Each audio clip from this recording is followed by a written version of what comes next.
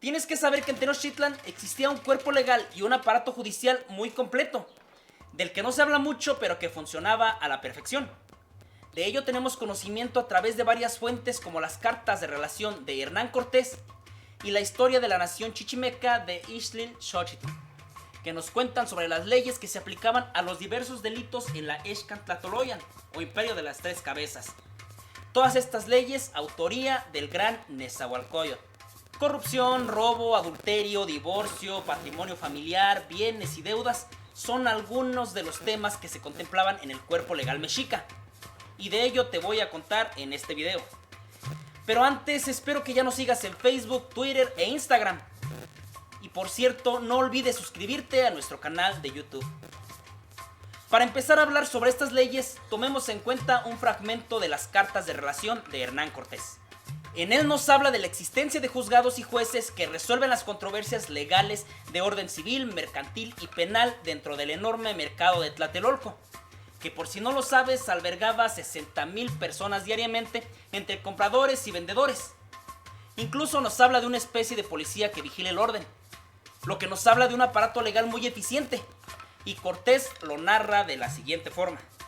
Hay en esta gran plaza una muy buena casa, como de audiencia, donde están siempre sentados 10 o 12 personas que son jueces, y libran todos los casos y cosas que en el mercado de Tlatelolco acaecen, y mandan castigar a los delincuentes. Hay en dicha plaza otras personas que andan en continuo entre la gente mirando lo que venden y las medidas con que miden lo que venden, y se ha visto quebrar alguna que estaba falsa. Como puedes apreciar, es el mismo Hernán Cortés quien de puño y letra manifiesta la existencia de una justicia institucionalizada y sostenida por el Estado. Esto confirmado por Bernal Díaz del Castillo en La verdadera historia de la conquista de la Nueva España, que también nos dice lo siguiente.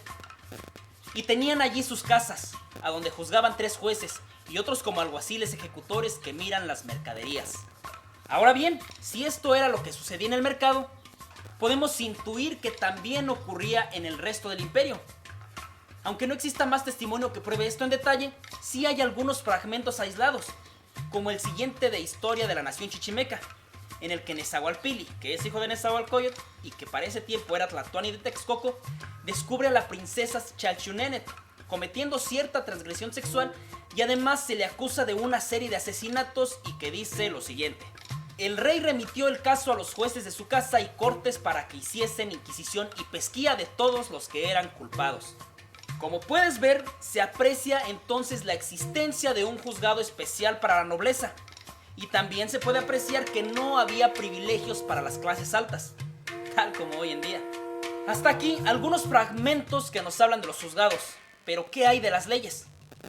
Había leyes, por ejemplo, para la trata de personas y una de ellas dice así, que si alguna persona forzase a algún muchacho y lo vendiese por esclavo, fuese ahorcado.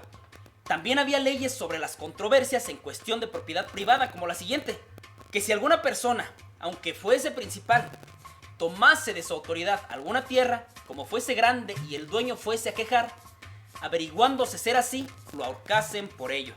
E incluso había leyes contra las autoridades religiosas, como esta de a continuación, que dice que si se averiguase que alguno de los sacerdotes se emborrachase, muriese por ello. Pero también había leyes que castigaban a los corruptos, como esta. Los jueces a quienes se averiguase haber admitido cohecho, muriesen degollados. Y era tal el orden de Tenochtitlan que existían leyes contra los malos hijos, como esta que dice así.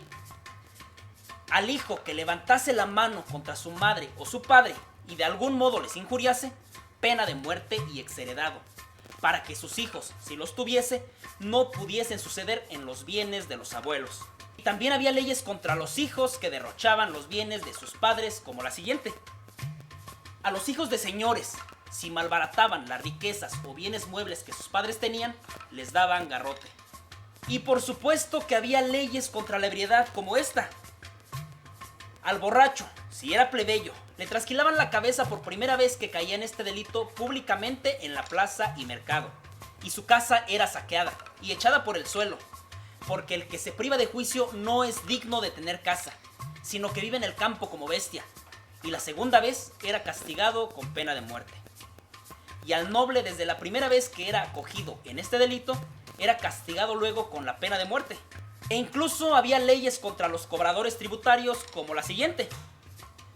Tenían pena de muerte los cobradores que cobraban más de lo que debían pagar los súbditos y vasallos. Estas leyes y el resto de ellas las puedes encontrar en la historia de la nación chichimeca de Ixtlilxóchitl. Vaya que las leyes de Nezahualcóyotl eran rigurosas, ¿verdad? Hay muchas más que después analizaremos en otro video.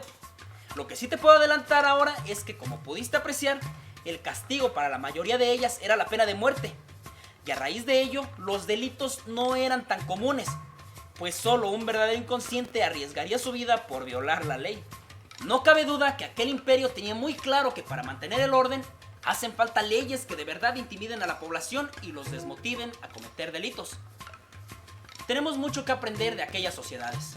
Después de todo, las alianzas de los nahuas del Valle de México dieron lugar a uno de los más grandes imperios de la historia de la humanidad. ¿Qué te parece? Yo soy Xiu y recuerda, nunca olvides tus raíces. Nos vemos en el siguiente video.